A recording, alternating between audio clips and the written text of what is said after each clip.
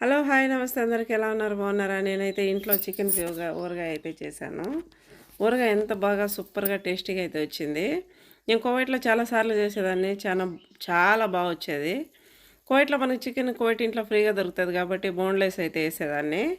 ఇక్కడ మనం డబ్బులు పెట్టి కొంటాం కాబట్టి బోన్స్‌తో కూడా ఏసాను. పెద్ద పెద్ద బోన్స్ తీసేసి మామూలుగా చిన్నయి అయితే వేసేసాను. చికెన్ మనం అంతా ప్రిపేర్ చేసుకున్న తర్వాత చికెన్ వేడి తగ్గిన తర్వాత ఇప్పుడు ఈ విధంగా అయితే నిమ్మకాయ రసం అయితే పోసుకోవాలి. ఇదంతా కొంచెం బాగా కలుపుకొని నాకు కొంచెం ఆయిల్ కూడా తక్కువైంది. ఇంక కొంచెం ఆయిల్ వేడి చేసి అయితే ఇందులో కలిపేసాను. ఇది ఇంట్లో వాళ్ళ కోసం హాస్టల్‌కి అయి తీసుకెళ్ళేదానికి మా పిల్లల కోసం చేశాను.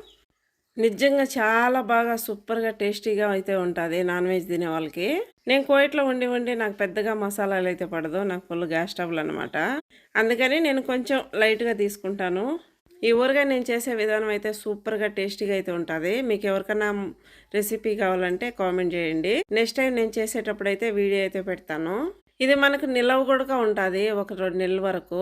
మనం అన్నీ చికెన్ అంతా బాగా ఫ్రై చేసుకుంటాం గాబట్టి, నిమ్మరసం అయి వేస్తాం గాబట్టి చెడిపోదనమాట.